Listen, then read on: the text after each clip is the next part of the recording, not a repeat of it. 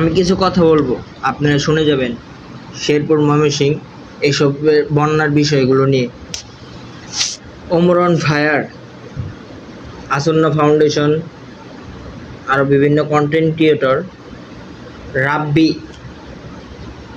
আরও অ্যাবলা স্যাবলা সব, আমি সবাইকে বলতে চাই, ময়মনসিংহ শেরপুরে এখন এত বন্যা, এত বন্যা, আপনারা কোথায়? আপনারা কোথায়? শেরপুর তলিয়ে গেল, ময়মনসিংহ তলিয়ে গেল, এই পানি আস্তে আস্তে জামালপুর তলিয়ে যাবে, আরও উত্তরাঞ্চল দিক দিয়ে ঢুকে উত্তরাঞ্চল তলিয়ে যাবে আবার।